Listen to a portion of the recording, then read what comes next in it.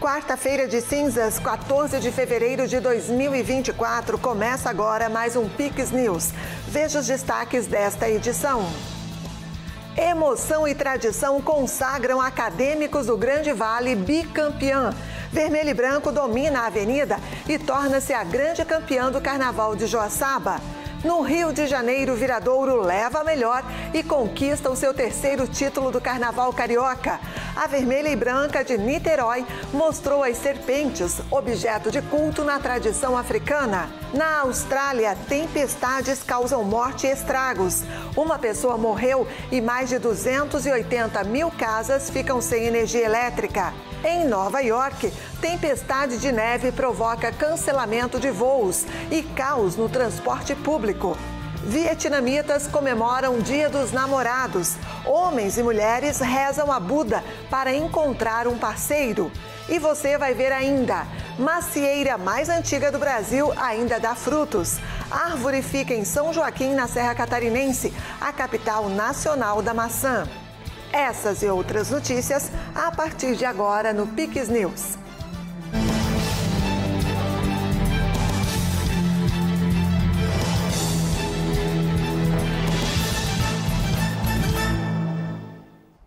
Olá, obrigada pela companhia, seja muito bem-vindo. Nós estamos ao vivo, agora são 8h03. E nós começamos essa edição com noticiário internacional. A autoridade penitenciária colombiana declarou estado de emergência carcerária em todo o país, depois de registrar vários ataques contra guardas nas prisões locais, que resultaram na morte de um funcionário. O Instituto Nacional Penitenciário e Carcerário aprovou uma medida em todo o país após reiterados ataques a agentes penitenciários. No sábado, um guarda foi morto a tiros do lado de fora de uma prisão do departamento de Cartagena. 2 homens passaram pelo local em uma motocicleta e dispararam contra o funcionário. Outra agressão contra carcereiros foi registrada no Vale do Cauca. De acordo com a imprensa local, o episódio também foi um ataque a tiros e as autoridades não informaram o número de feridos. Diante de ameaças de ataques a outros presídios, um sindicato de agentes penitenciários havia avisado que entraria em greve caso providências não fossem tomadas. O país convive com a superlotação em penitenciárias, com dados oficiais registrando mais de 190 mil presos. A emergência carcerária ocorre em um momento em que há uma grave crise de segurança no país vizinho, o Equador, onde uma série de grupos criminosos lutam entre si e contra o governo. E uma pessoa morreu na Austrália devido a tempestades intensas que arrancaram árvores e deixaram 285 mil casas sem energia no leste do país. As informações foram divulgadas pelas autoridades australianas nesta quarta-feira. Uma tempestade intensa na Austrália causou pelo menos uma morte. As autoridades relataram que as árvores foram arrancadas e centenas de milhares de casas ficaram sem energia elétrica no leste do país. A tempestade afetou grande parte do estado de Victoria, com fortes chuvas e rajadas de vento de mais de 150 km por hora. O operador do mercado de energia australiano disse que as tempestades deixaram 500 mil de casas sem energia e 285 mil continuavam sem energia elétrica nesta quarta-feira. Imagens compartilhadas nas redes sociais mostram que os ventos arrancaram telhados e árvores e derrubaram postes de eletricidade. Além disso, o comissário regional de gestão de emergências indicou que os raios associados às tempestades causaram múltiplos incêndios, que queimaram várias casas no estado. E nos Estados Unidos, uma tempestade de neve provocou o cancelamento de mais de 1.200 voos. Uma tempestade que atingiu o nordeste dos Estados Unidos levou ao fechamento de escolas, tribunais, ao cancelamento de voos e perturbou muito o trânsito.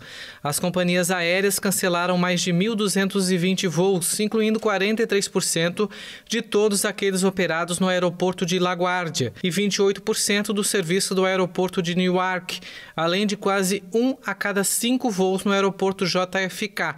Essa foi a primeira vez em 2 anos que nunca se tornou tornou necessário o uso de máquinas para removê-la. O Serviço Meteorológico Nacional alertou para tempestades com ventos fortes e nevascas.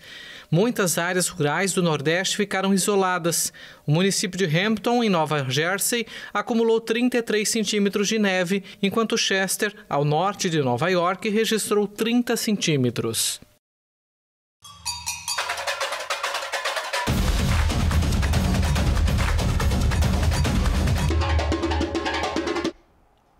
Em Joaçaba, no oeste catarinense, a terça-feira de carnaval foi marcada por muita alegria e emoção com a apuração das notas do desfile de carnaval 2024. Somando 239,6 pontos, a Acadêmicos do Grande Vale desbancou a Vale Samba e a Unidos do Herval em uma disputa muito acirrada. O enredo 50 anos do Tejo, uma homenagem ao Teatro Tejo e a fundamental contribuição à identidade da escola, emocionou o público e os jurados. A comunidade vibrou com a vitória, confirmando a força e a tradição da Acadêmicos no Carnaval joaçabense. Acadêmicos do Grande Vale, nota 9,9.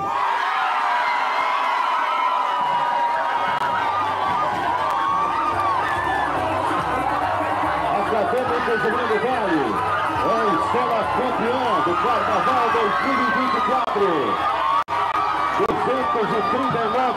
239,6. Em segundo, Vale Samba, 238,9.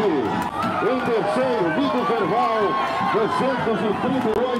238,6. A Acadêmicos levou à avenida um desfile emocionante, uma viagem no tempo que exaltou a importância da cultura e da valorização das raízes. O Carnaval de Joaçaba é um evento que celebra a tradição, a cultura e a alegria da comunidade. Uma festa que reúne famílias, amigos e foliões de todas as idades, em um verdadeiro espetáculo de cores, música e criatividade. Aproximadamente 15 mil pessoas prestigiaram os desfiles das escolas de samba.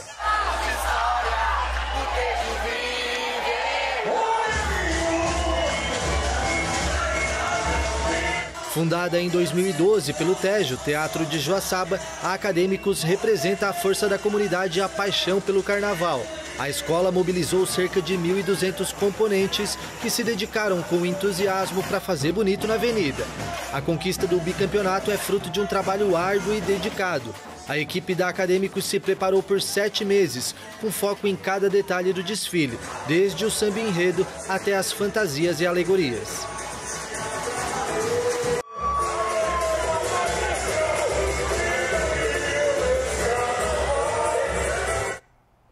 E em São Paulo, no grupo especial, a Mocidade Alegre conquistou o bicampeonato. A escola levou para a avenida o enredo Brasileia Desvairada, a busca de Mário de Andrade por um país. A agremiação ficou empatada com a Dragões da Real, com 270 pontos, mas no quesito desempate, prevaleceu a soma das notas descartadas. Assim, a Dragões da Real ficou na segunda colocação.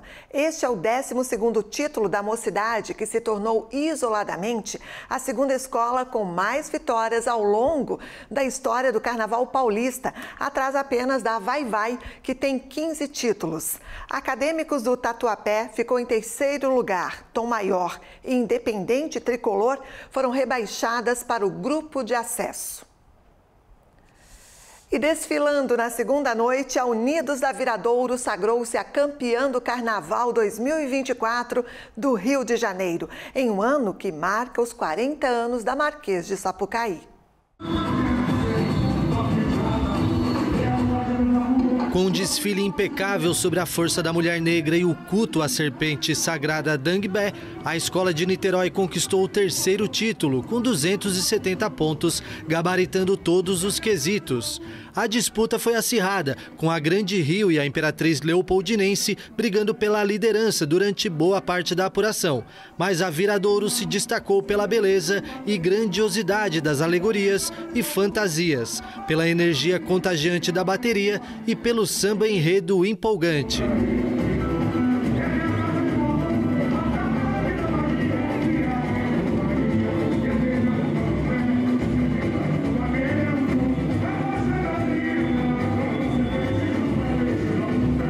A comissão de frente com uma enorme serpente que deslizava pela avenida foi um dos pontos altos do desfile. Outro destaque foi a rainha de bateria Érica Januza, que sambou com maestria à frente dos ritmistas.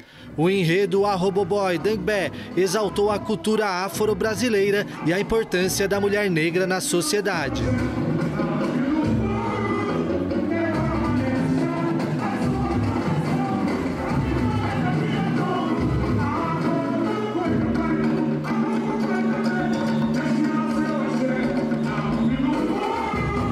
Derrama nesse chão a sua proteção para a vitória da vida. E você vai ver a seguir: países anunciam aliança para conter aquecimento global. Nossa equipe sobe a Serra Catarinense e te mostra os avanços no cultivo da maçã. São Joaquim, a capital nacional da fruta, tem macieira mais antiga do Brasil que ainda dá frutos. É depois do intervalo, voltamos já. Já pensou em estar em um lugar assim? É que visitar minha morada é viver um sonho acordado. E agora ficou mais fácil para ti me conhecer. Curta Garopaba na palma da sua mão. Mais que um aplicativo, um guia turístico de tudo o que você pode fazer aqui. Tem praias, trilhas e calendário de eventos. Além do turismo cultural com boas histórias. Uma verdadeira viagem pelas minhas memórias. Isso tudo sabendo se tá quente, se tá frio, com a previsão do tempo. E até notícias, informações do horário de ônibus e de telefones importantes. Baixe agora mesmo, monte seu roteiro e curta Garopaba na palma da sua mão.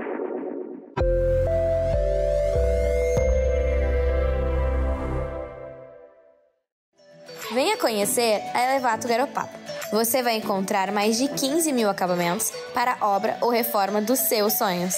Elevato. Sua casa, nossa causa.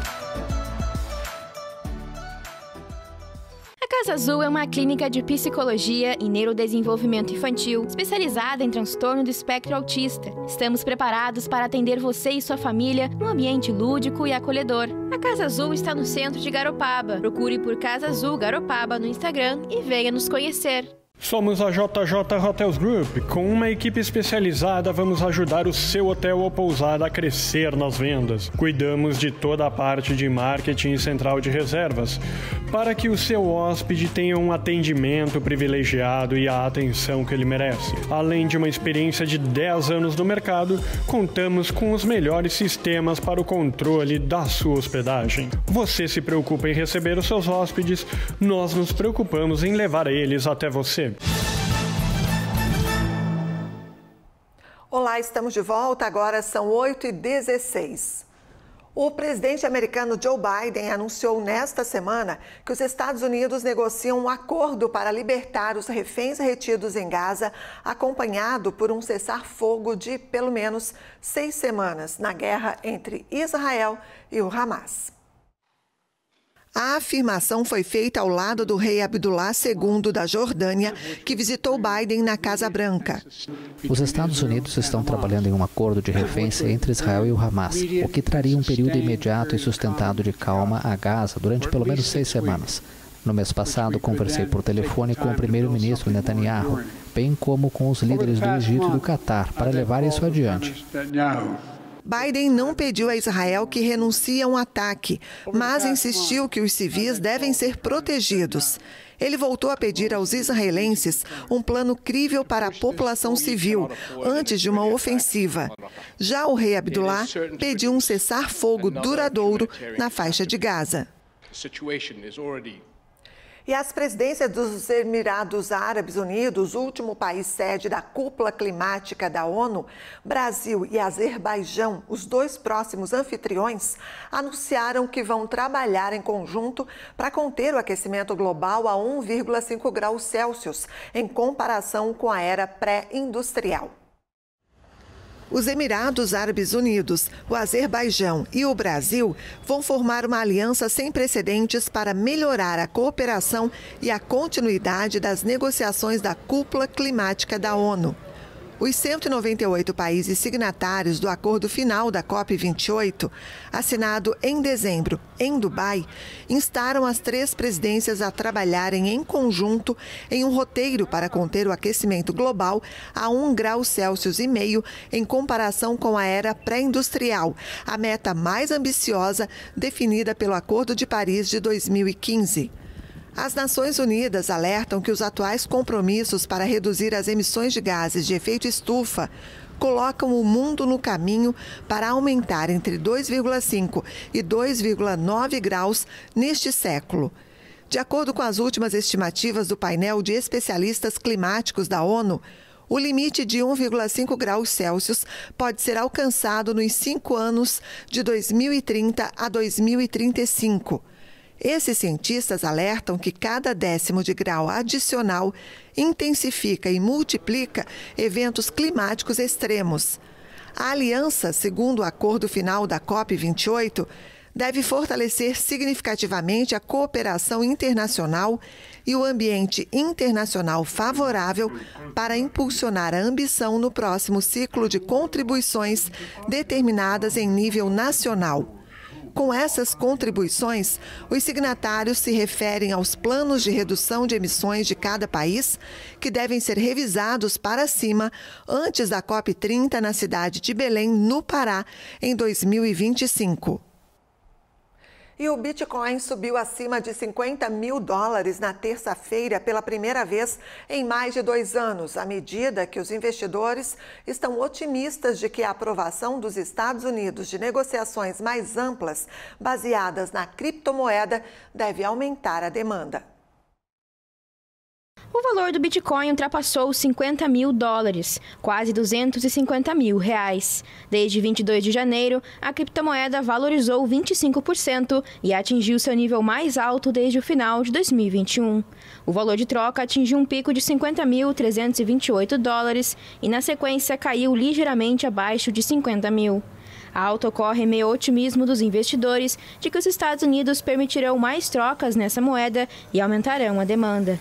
O Bitcoin ainda está longe de seu valor recorde de quase $69 mil em 2020, mas o recente progresso marca uma recuperação após uma série de escândalos que abalaram a indústria cripto.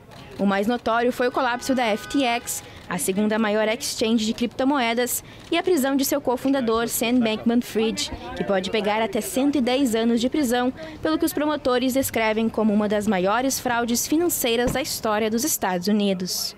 Em novembro, Changpeng Zhao renunciou ao cargo de CEO da Binance, a maior plataforma de troca de criptomoedas, após reconhecer que ele e a empresa violaram as leis anti-lavagem de dinheiro americanas. E a Justiça da França condenou o ex-presidente Nicolas Sarkozy, de 68 anos de idade, a 3 anos de prisão por corrupção e tráfico de influência. Sarkozy governou a França de 2007 a 2012. Ele deverá cumprir 1 ano de pena. Sarkozy vai ficar em prisão domiciliar com tornozeleira eletrônica. O político conservador também perdeu os direitos políticos por 3 anos. Esta é a primeira vez que um ex-presidente foi condenado no país francês. E homens e mulheres jovens se reuniram em um pagode no centro de Hanoi nesta quarta-feira, Dia dos Namorados ou Dia de São Valentim, para pedir a Buda que os ajude a encontrar um parceiro, uma prioridade para muitos vietnamitas. 14 de fevereiro é o dia de São Valentim, bispo que foi morto por ordem do imperador Cláudio II porque celebrava casamentos secretamente, desobedecendo às ordens, já que o imperador havia proibido que os soldados se casassem. Por esse motivo, vários países comemoram a data como o Dia dos Namorados. No dia de São Valentim, ou Dia dos Namorados, no Vietnã, muitos jovens apelaram a Buda para encontrar um parceiro.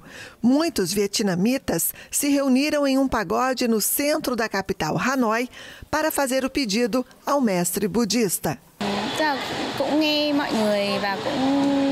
Ouvi de muitas pessoas que rezar por amor no pagode Rá poderia se tornar realidade. Então decidi vir a este pagode para rezar por amor, rezar pela outra metade que combina comigo.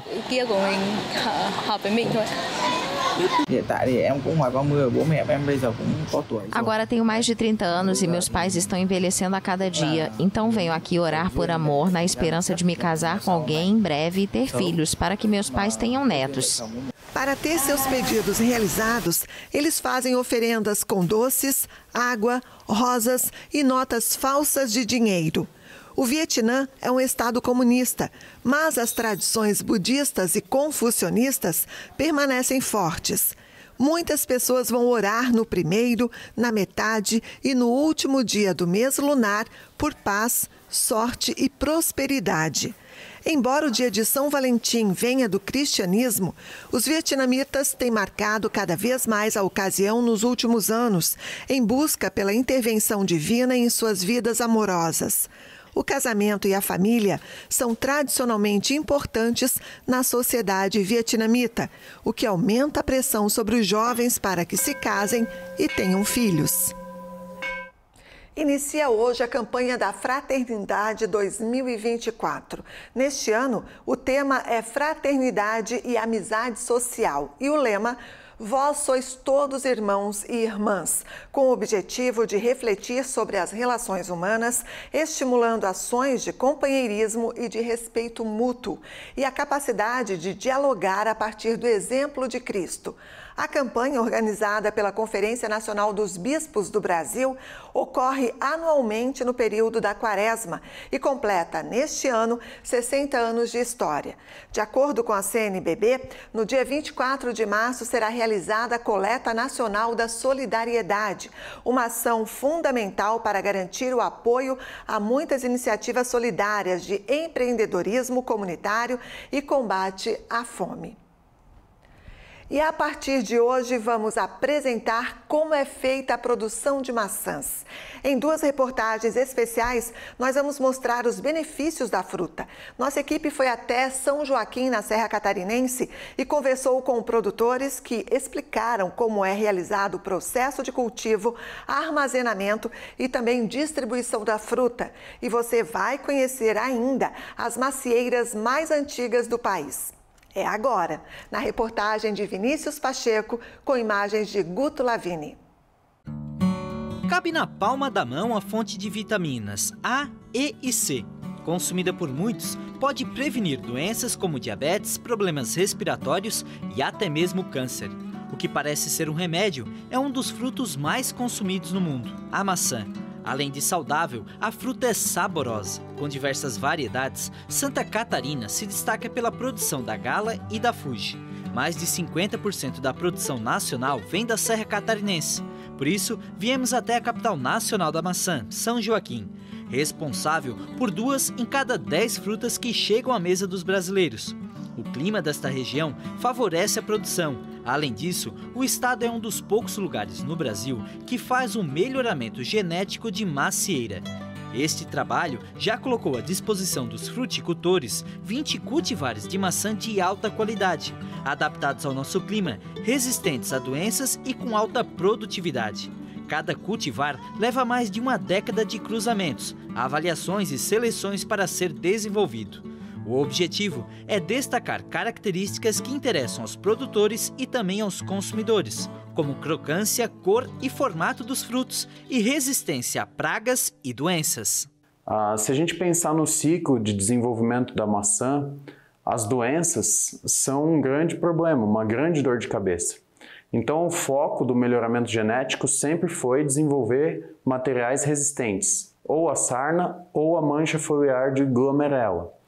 E alguns materiais têm resistência às 2 principais doenças. Então, por isso que é importante, porque esses materiais vão conferir uma facilidade de produção maior para os agricultores. Essa é a ideia. Acredito que hoje Santa Catarina, o diferencial de Santa Catarina na produção de maçã é a qualidade. A gente visa sempre a qualidade, não a quantidade, né? Se bem que hoje a gente, com a quantidade de pomares que foram sendo implantados, Santa Catarina já se destacou no Brasil, né? Mas o que a gente visa principalmente na região de São Joaquim é a qualidade dos frutos. Esse é o ponto principal que a gente está tendo destaque na fruticultura nacional.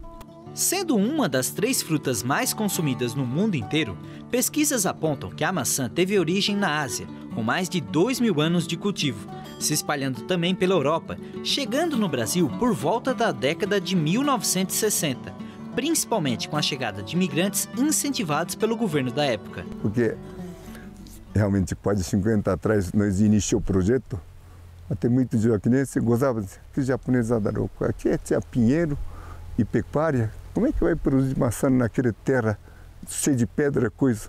E conseguimos. Depois de 12, 13 anos, nós começamos. Aí hoje temos mais de 1.200 famílias, porque essa região acreditaram, né? Então, deu para segurar também jovens que vêm novo, segurou. Se não tivesse maçã, somente pecuária, os jovens não ficavam. Nossa cidade talvez estava cidade mais menor do que estava. As lembranças do início das produções feitas em Santa Catarina estão plantadas até hoje. Estas macieiras foram uma das primeiras a dar frutos no estado, sendo as mais antigas do Brasil, fazendo parte do primeiro plantio comercial da variedade Fuji em 1975. E hoje ainda está intacta, nem sei quanto tempo pode aguentar, mas eu deixei isso. Isso já está difícil em São Joaquim, porque todo mundo está radicando isso, plantando nova variedade. Mas eu deixei isso como fosse a nossa história de maçã, né? Então esse 4P vai manter para sempre. O avô era de cima lá um tempo, ele está vivo ainda. Esse não pediu para ninguém radicar ele. Agora eu vou deixar o testamento, nem meu bisneto não pode tirar esse maçã para aqui que começou a história de São Joaquim, esses maçãs, né? Então esse tem orgulho grande de contar. De lá para cá, muita coisa mudou. O formato convencional de plantio passou a dar espaço para o estilo muro frutal ou bidimensional, permitindo maior adensamento entre os pés, garantindo uma coloração uniforme de todos os frutos, resultando em mais qualidade e produtividade. No cultivo anterior a gente tinha plantas 2x5, 3x6, então abrangiam uma extensão muito grande de cada planta, né?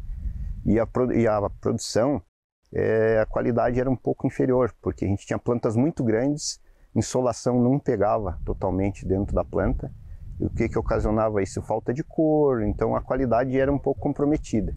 Hoje a gente tem uma planta totalmente exposta à incidência solar, o que gera uma produção com maior qualidade, com coloração diferenciada, e a produção de categoria 3 em industrial, ela se reduz bastante com isso, com essas novas tecnologias. Aqui é onde vocês fazem elas ficarem arcadas, exatamente, né?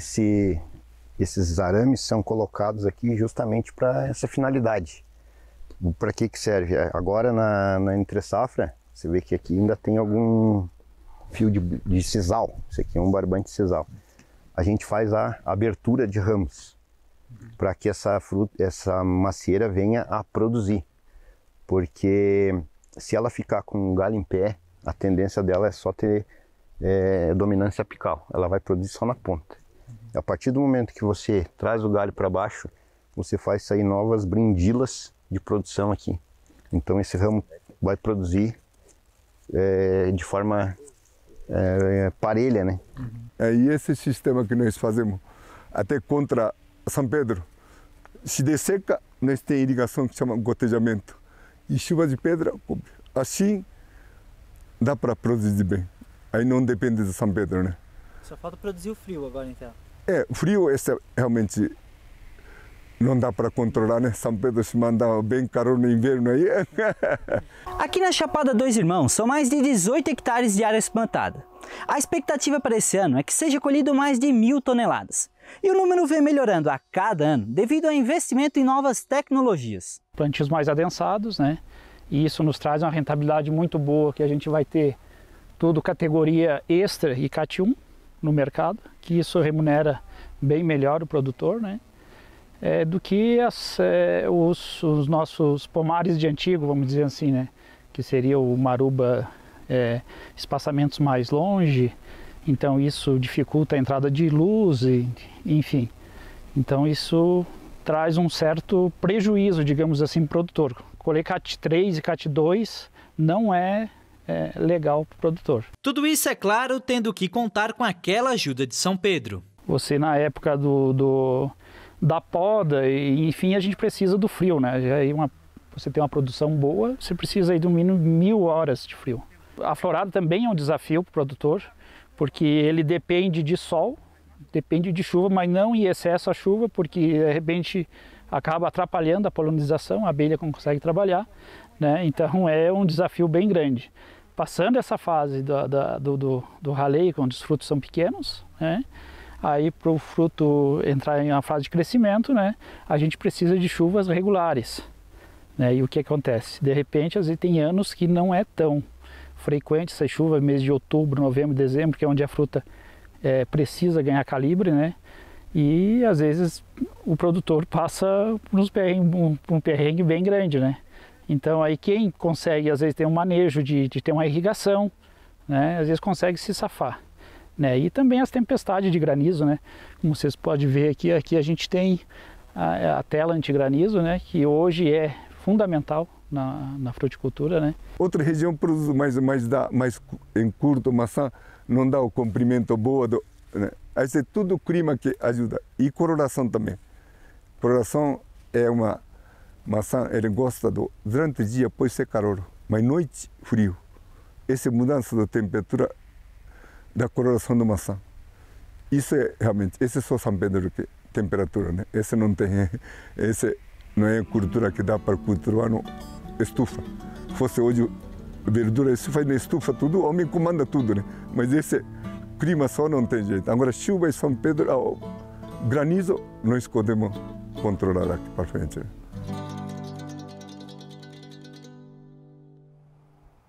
E aí, ficou com vontade? Eu confesso que deu água na boca. Mas amanhã tem mais. Amanhã no Piques News você vai ver as delícias que podem ser feitas com a maçã, a importância desse fruto na economia e os desafios também no cultivo desta que é uma das frutas mais consumidas no mundo. Assim, então, a gente encerra o Piques News de hoje. Mais notícias no nosso site, pixtv.com.br. E coladinho ao Piques News, você confere mais uma exibição do programa Lugares do Sul. E na sequência tem Backstage. A gente se encontra amanhã a partir das 8 da noite no horário de Brasília, ao vivo. Até lá. Pix TV é conteúdo todo dia.